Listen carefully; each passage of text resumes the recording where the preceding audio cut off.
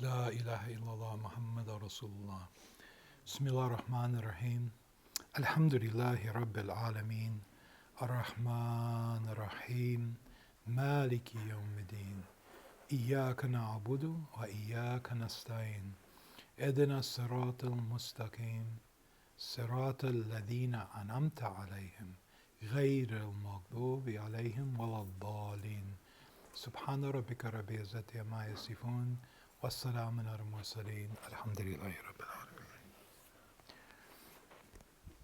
So, Bismillah ar-Rahman ar-Rahim, Assalamu alaikum. So I want to also continue with another story. But before I tell that story, I want to talk about another story. And that is that if you are in that state of witnessing perfection, so you see now that let's say you're improving your salat, so you're developing through your salat a greater consciousness of the presence of Allah Azza wa Jal in your life, that you are recognizing more and more as you improve the state of your salat. That station is heading towards what is referred to as fi salatihim da'imun, that you're in a state of prayer at all times. You know, this is a very special condition, a very possible condition for every human being, because again, coming back to the understanding that each one of us has that light, the presence of Allah, the spark of the Nur al-Azal within you, that you can, over time, when you have a dissolving of the self in a consistent way, that dhok, that tasting of that reality within you becomes more present in your life. So this then becomes part of وَرَزَقْنَاهُمْ يُنْفِكُونَ, that from what we give you, Allah orders us or explains a formula to us in Surah Al-Baqarah, that from what we give you, you give out. So you become a conduit. This is a description of the potential for a human being, that whatever it is that you gain in terms of your understanding and knowledge, and that you have now submitted more to that light and reality within you, it becomes part of your daily dynamic of life. So I want to just give you a short little story of how this can be very amazing and extraordinary and transformative in your life, and with sharing with other people, because Allah is sharing the whole creation with you individually and with all of humanity.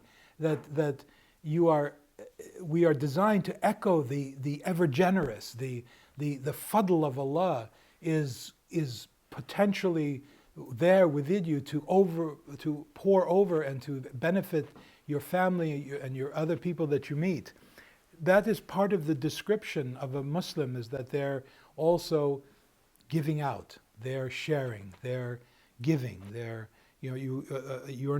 a hadith that says that you're not Muslim unless you want for your brother, your sister, what you want for yourself. Meaning that you recognize that the true reality of what you are designed for is present within everyone else as well. You're no different than anyone else. The only difference between anyone is their iman, their level of inner life, their inner submission. And that is not something you talk about, you say anything. You don't. It is kept within you. It's within your own heart. Because you are always loyal to that, and you're always holding that precious in your life, so that it becomes an act of humility and not an act of arrogance or haughtiness. So I want to just share this one little anecdotal story. I was in a very upmarket supermarket, and I was staring at a counter that had the most amazing chocolates that I'd ever seen, right? And I really like chocolate, especially dark chocolate. And I was looking at these chocolates. They were all handmade and designed. And I had just come from South Africa. And this was some years back, and I was helping Sheikh Fadlallah edit the book, Witnessing Perfection. And I was sort of in that mode of thinking of how everything is so perfect and everything is connected, and if I don't see it, it's a fault in me, not in the reality. So I was sitting there looking at this chocolate, and this man comes up from behind me, and he just, out of nowhere, he looks at me and says, "Witnessing perfection," right? Just like that. And I'm going, what's happening here? You know, I mean, I got, all of a sudden I was thrilled, you know, that, and I said to him, I said, yeah, I said, look at this incredible universe. I mean, just, a stranger, I've never met him before. I turned to him, I said, look at this incredible universe that we live in. And then he looks at me and says, yeah, he says, I've been thinking about that. Anyway, within a few minutes, I said, let's have some coffee, and we sat down and we started talking, and he told me how he held a very negative view of religion, and in particular how he held a very negative, view of Islam. Most of what he understood of Islam, it came from the media and so on, and so I cleared up in our conversation. We were able to clear up some of these issues that were outstanding to him. And he said, he said, for the first time in my life, he said, I really would think that I would consider being Muslim. He said, because of the way you're talking, I've never heard anything like that before. In fact, most Muslims haven't heard this as well, but that's a different story. But he just said, look, let's meet again and let's talk about what it requires to be a Muslim and so on. And at the end of that, I just said to him, what is it that inspired you to come up to me and say witnessing perfection? He said, it's the chocolate, right? And I said, what do you mean? He said, I made those chocolates. He was the manufacturer. And he was referring to the chocolate, that they were perfectly, and he saw me witnessing them, and he thought he took credit for the witnessing perfection. So I tell you, you never know what sort of could lead you into something else. But here, this is the story, though. The story is that if you're in a good state, good meaning you are not identified with all the issues and things in your life that are troubling you. You are seeing Yad Allah, the hand of Allah, in your everyday life. You are referring to your heart and intuition as much as you can. You are improving your salat. This is creating a state of beingness. And be really conscious of this, that when your state of beingness can resonate with other people, whether they're conscious of it or not. Because remember, we are nafsun wahida, we're created from oneself. So our ruh is connected to the ruh of other people. The light which is within you, and you're becoming more conscious and aware of that light and raising your consciousness, it has an effect, and you can't calculate that effect. You can't claim that effect either. You have to be very careful with that one. This is spiritual materialism, spiritual ambition.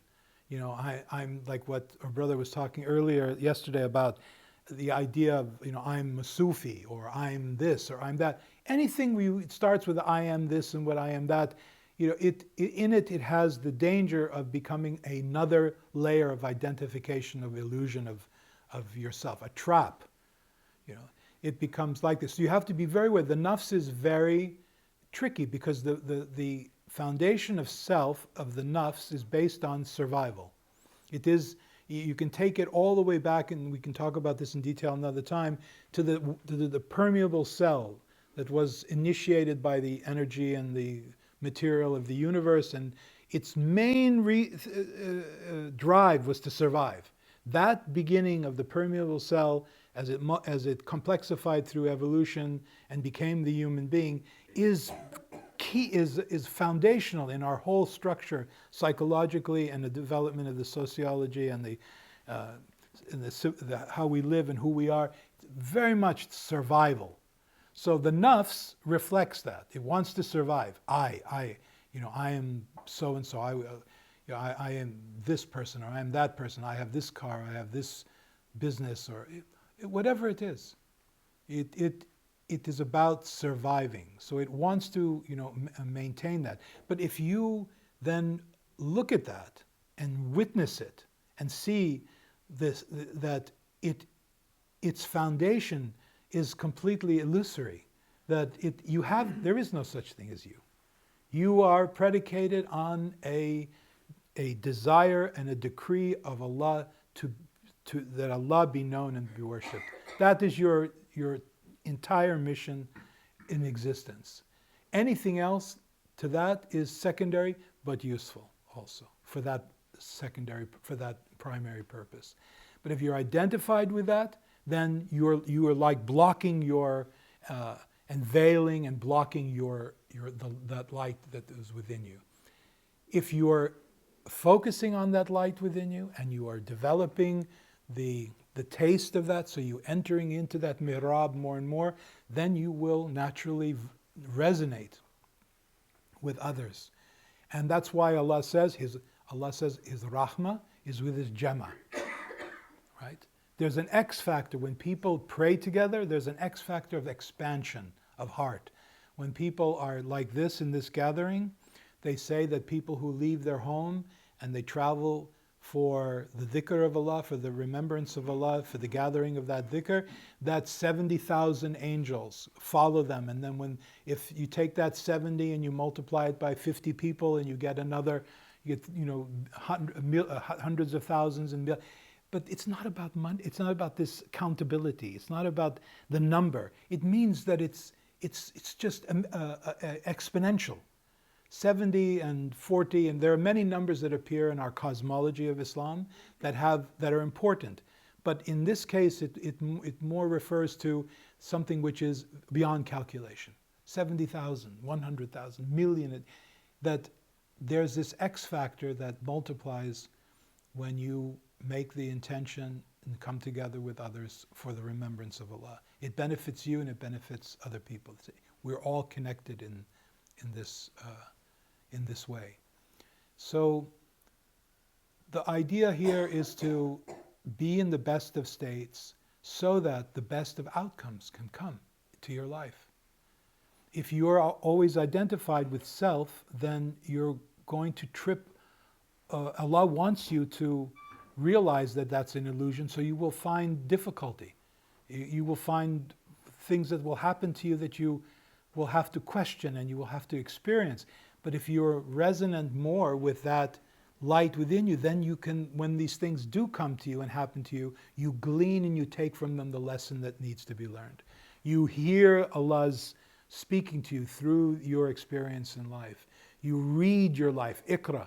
This is the first thing that the Prophet Muhammad ﷺ, it was the first word of revelation, Iqra, read. And the Prophet ﷺ said, read what? He said, read. He said, I have created you from this little maghla. I don't know the Arabic word, but it means just a little lump of flesh. But when they asked the Prophet and they asked Imam Ali about this lump of flesh, he said, know that this lump of flesh in it has the whole universe contained within it. So this is who you are. You have the whole universal narrative, the whole universal reality of Allah's plot and plan within you, and your life is a expression to adhere, acknowledge, recognize, imbibe, and realize that is your true nature. So I want to share another story and with you regarding, again, this idea of decree and destiny and how things happen in a way that you could not plan or organize, but it happens in any case. So I'll tell you a story about, I was in Pakistan. I was there with Sheikh Fadl had asked me to spend 10 days out of every month with a Chishti Sheikh Sayyid Ikram Hussein. Some of you know who he is. He's passed away, I think, about 6 or 7 years ago, rahmatullah alayh. And he was an amazing being. He was a hakim, and he spent most of his life, never took any, being a hakim, and he had thousands of murids all over India and in Pakistan. And he was praying every day before I had come to Pakistan, before Sheikh Fadlallah even had come to Pakistan. He was praying every day that Allah would send him someone from the field of Karbala. He was talking, that someone from that ilk would come and be a help to him in his work. And when we arrived in Pakistan, and he spoke to us, he eventually met Sheikh Fadlallah, and he realized that Sheikh Fadlallah was actually the person that he was praying for. And there are many things that happened, and I can go into that a little bit later. But Sheikh Fadlallah, after a while, asked me to spend 10 days a month with him every month.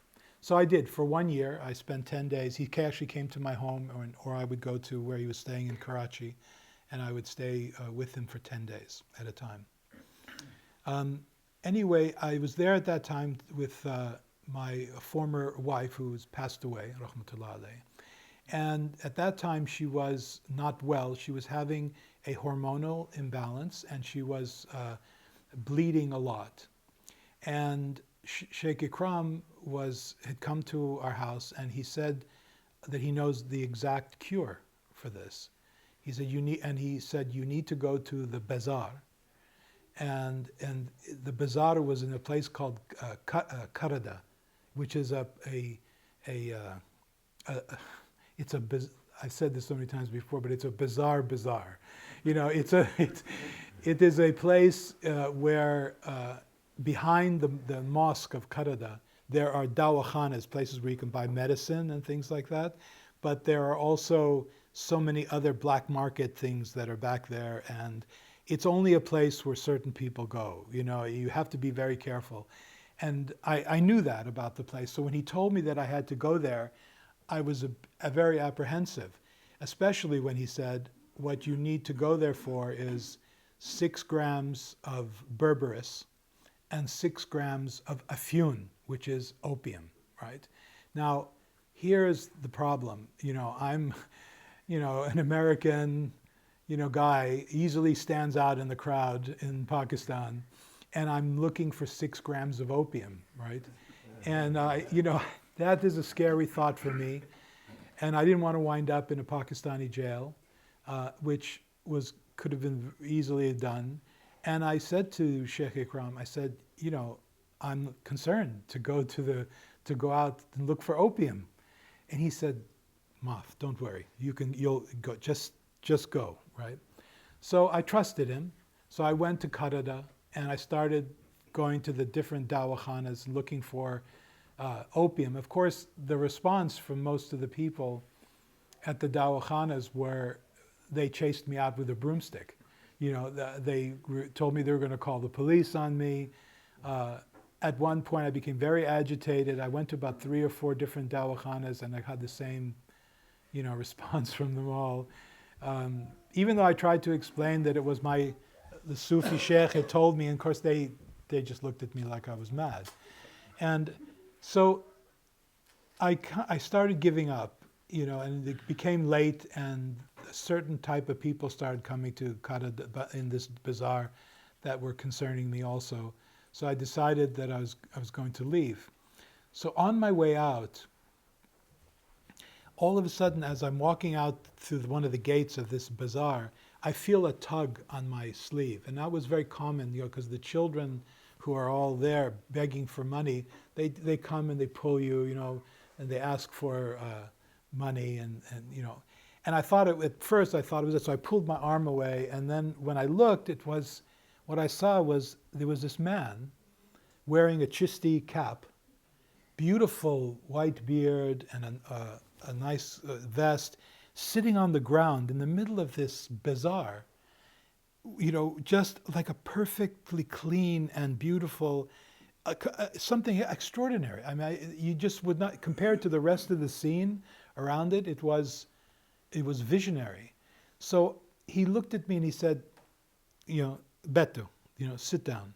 So I sat down with him on this blanket that he had, and he said to me, what are you doing here? Right? And I started to explain to him. I said, that today my sheikh told me to come here, and I'm looking for 6 grams of berberis and 6 grams of opium. And when I said that to him, tears came to his eyes. And he said, I need to tell you something, right? I said, okay. He said, last night, now this is the night before the sheikh had told me to come there. Last night, he said, I had a dream of my sheikh. He came to me. He said, I want you to go to this bazaar and sit there and wait until you see a very unusual person and greet him for me. He said, that's you. He pointed at me, right? He said, it's you, right? And I couldn't help it. I became overwhelmed, and I cried with him. He turned out to be a hakim, a healer. And he had a little black bag with him, and he brought it in front of him, and he opened it up, and the first thing he pulled out was those little brass scales that they have with little weights, and he held it, and he was shuffling through his bag, and he pulled out berberis, which he had in his bag, and then right after that, he pulled out a little disc in a plastic bag. I recognized it immediately, and it was black tar opium, and he put it on the scale, and he put the weights on it. It was exactly 6 grams of opium and 6 grams of berberis. And we were both completely, awestruck by that moment. And he gave it to me, and he said, this is for you, and this is why I came here. And we stood up together, and I hugged him, and I said, can we see each other again? And then I stupidly, reached in my pocket to try to give him some money. Because you kind of get used to that in Pakistan. Everybody kind of wants your money there. Not everyone, please excuse me, but it's common. And I started to give him some money, and he just said no. He said, I don't want anything from you. He said, this is, I came here on the order of my sheikh. And he gave me the opium, and then he literally just walked away from me. And that was it. We never saw each other again. So I took that opium home, and I grinded the opium with the berberis. And Sheikh Ikram had told me to make 6 tablets out of it and make a bunch of tablets and give her 6 tablets every 3 hours so that the blood would stop. So he said, make them the size of garbanzo beans, chickpeas. So they were, about a quarter centimeter or something like that, maybe a little bit bigger. And I gave them to her, and it did work. It stopped her bleeding, but it also made her high as a kite, right? And I didn't think that was probably what the sheikh had thought was going to happen. And but she was very happy, and the bleeding stopped.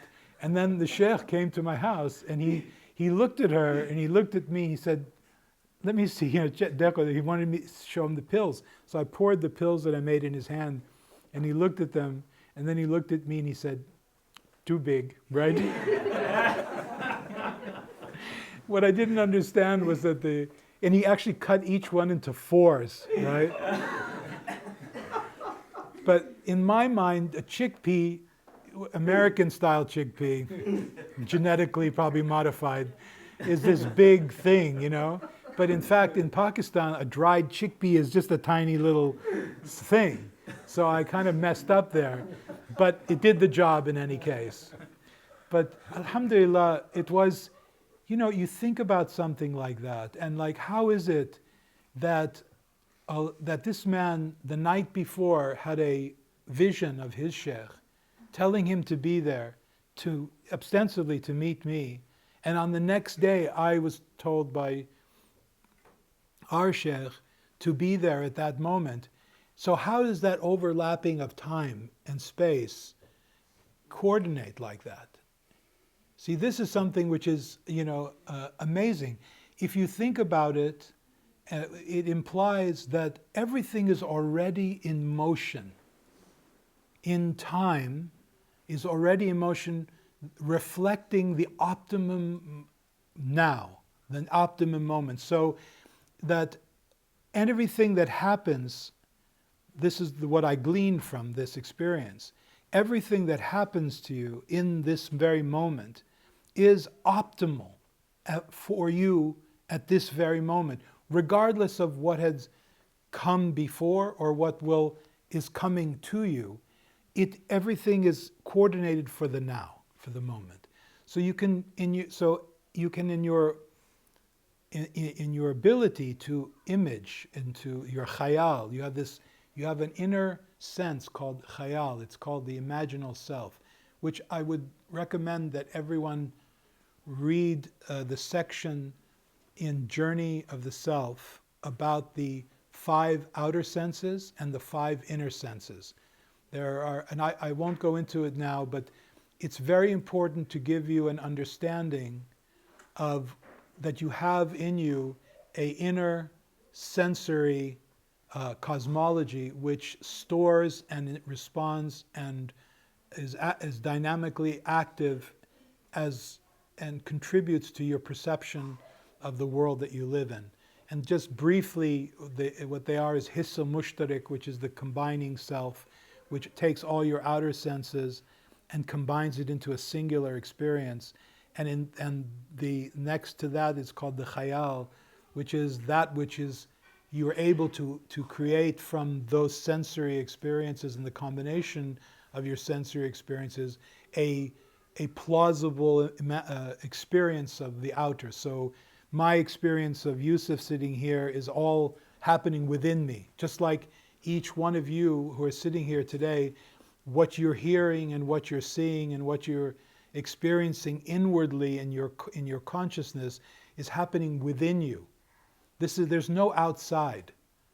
The outside is a very limited range, the spectrum of light and movement and energy, but the way you experience all of this is happening within you. Simply, example is the light that comes into your eye, reflects on your retina, it's actually upside down.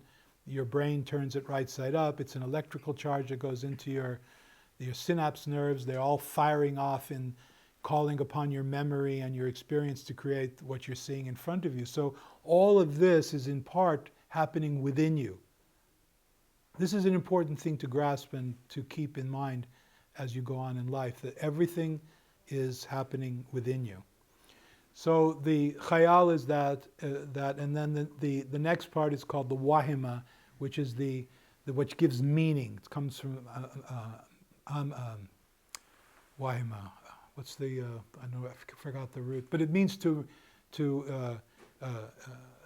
give meaning to that experience, and that so that when you see something, for instance, he's a friend, they're an enemy, he did something bad to me, and immediately, I give them that attribute, and all that is stored in what's called the hafidha, which is your memory, your collective memory, and behind that, which is the most important for us, is the mufakkara, which is the reflective self, that can look out in a non-judgmental and just a witnessing fashion of how you experience the world and how the memories and the meaning and the form that you're giving to the world is all part of a filtering system that is designed for you to experience the world.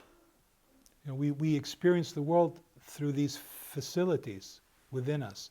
It's important to have this understanding, because once you see that, you can begin to understand why you react to some things and why the other. Like, you may see someone who maybe evokes a hurt within you. Well, instead of being identified with that hurt, you then look at it and say, well, that hurt has been stored in my memory, and I've given it a meaning, and I've given it this form of this person. So you can when you approach it from the mufakkara, from the reflective aspect of yourself, from the raqib within you, the witnesser, then you're not so inclined at that to be totally identified with that hurt and the hurtful person, but rather you make a space to have compassion and love and forgiveness happen from the heart.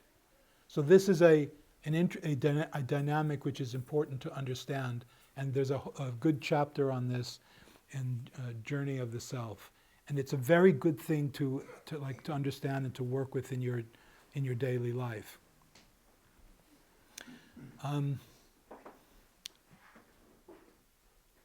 think that's it for now. That's it.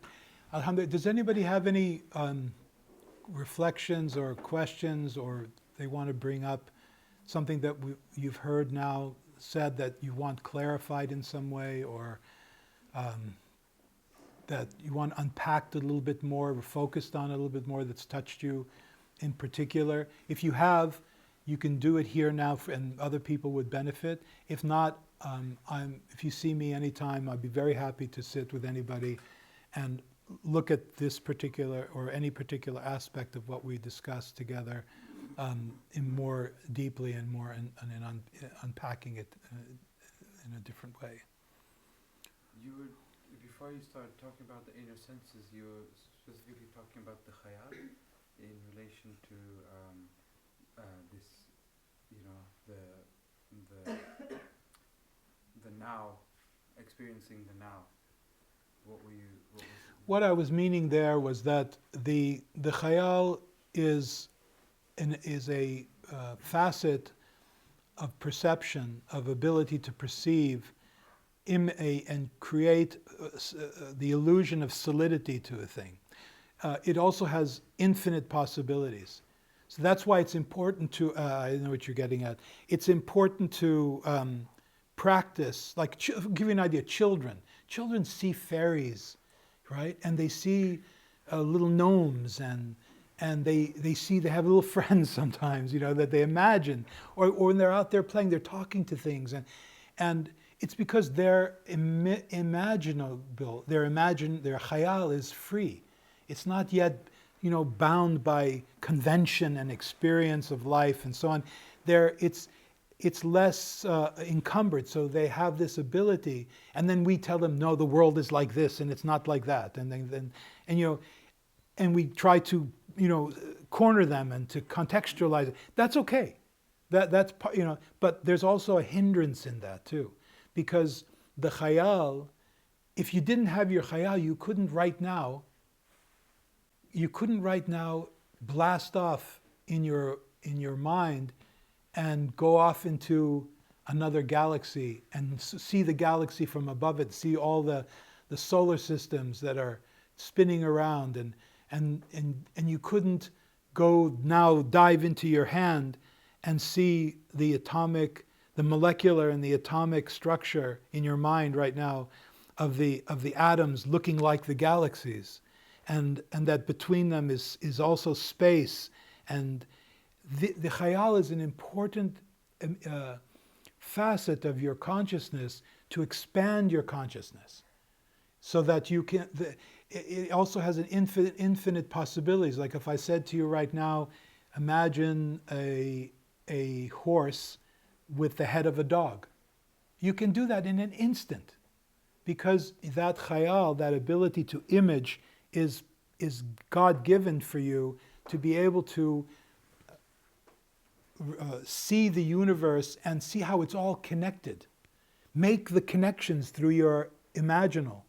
See yourself as being a mirror of atoms, of galaxies, of the universal beingness. You need this khayal to be expanded.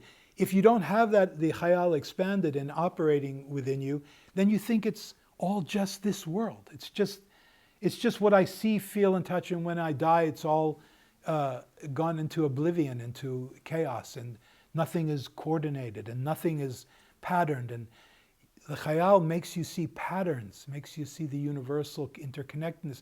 Think of what the Muslims through the centuries have done when they created these beautiful domes and geometric structures, that didn't just come out of nowhere. That came out of an understanding that all things are connected. If you ever look at a dome and you see stars and triangles and circles and all these myriad of archetypal symbolic geometric figures, but if you break them down, they're all lines actually, right? That intersect with each other. So it's about connection. It's about it's about what you see, what you experience. You're making that geometric connection with your world and the universe. That's what that means. It's a mirror of the dynamic of the human consciousness. That's why we love it. That's why we love mandala. Think of it, look at the carpets that we're sitting on.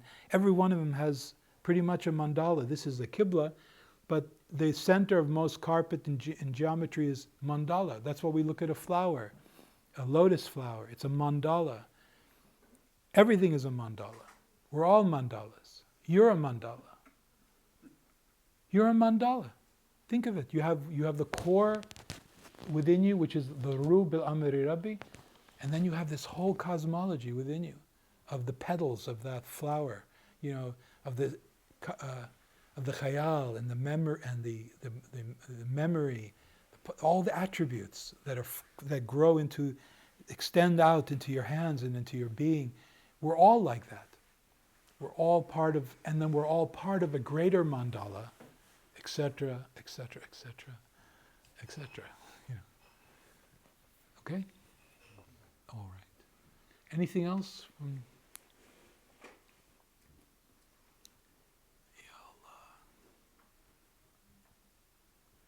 All right, I have to tell you one more story.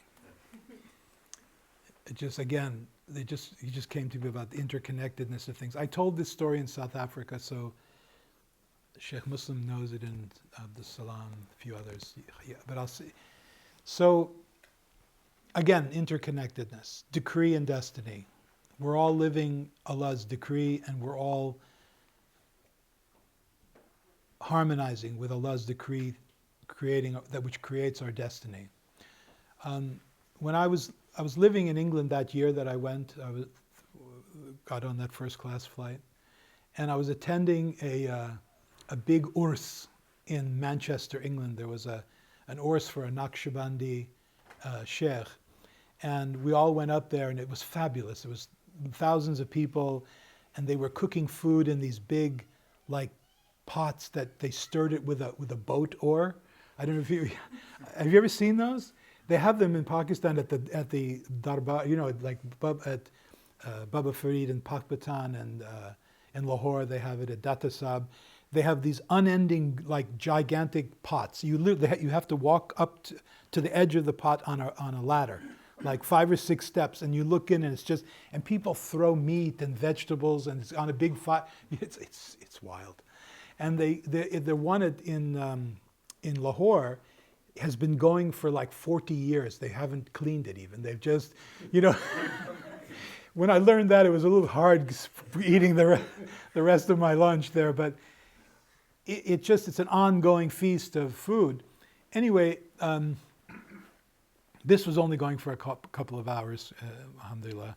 And there was about a few thousand people there, and they were all doing dhikr and celebrating the urs of their sheikh. And I was sitting in a big circle at one point. The circle was so big that the guy directly in front of me was about this big, right? Like an inch big to my vision. But I could see him because he had a beautiful face. There was something shining and lovely about his face and his beard and his chisti cap, and he just looked really magnificent. And so every so once in a while during the dhikr, I would look up at him, and then I'd see him like this, with his hands like this over his face, and then every so once in a while he would go like this and look at me, right? Like that. And so I felt, after the dhikr, I'm going to go greet him, because I felt a heart connection of somehow with him. So the dhikr went on, and after the dhikr it dispersed, and I went to try to find him, right? But I couldn't find him anywhere. because there's thousands of people. I just couldn't find him. So I want you to keep that in mind for one moment. 6 months later,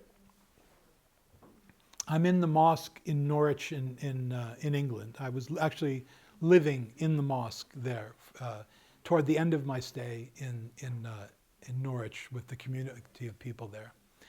And I really wanted to leave because I had really taken what I felt at that time from the community there. And I just wasn't resonating anymore with what I felt was going on there. So I wanted to go. So I made dua that I would leave this place. And I prayed that I had no money and I had no one to give me any money. And so I just prayed that I would leave. One day after Jummah, relative world of time and space, only to then meet and realize and experience the one and only at the end of this very short journey of life. So it behooves us all in this message, in this story, to prepare for that moment, so that when you leave this world, you leave it with a set of being like a bride or a groom, you know, that rather than somebody scraping to have another minute left. You know, how poor that would be for us if we, at that moment of our last, that we're scraping for another breath rather than waiting to meet our bride or our groom. Yeah. Alhamdulillah, shukrillah. Okay. Bismillah ar-Rahman ar-Rahim. Alhamdulillahi Rabbil Alameen. Ar-Rahman ar-Rahim. Maliki yawmiddin. Iyaka na'budu wa iyaka nasta'in. Ehdina as-sirat al-mustaqim. الذين أنعمت عليهم غير المغضوب عليهم ولا الضالين سبحان ربك رب العزة عما يصفون والسلام على المرسلين الحمد لله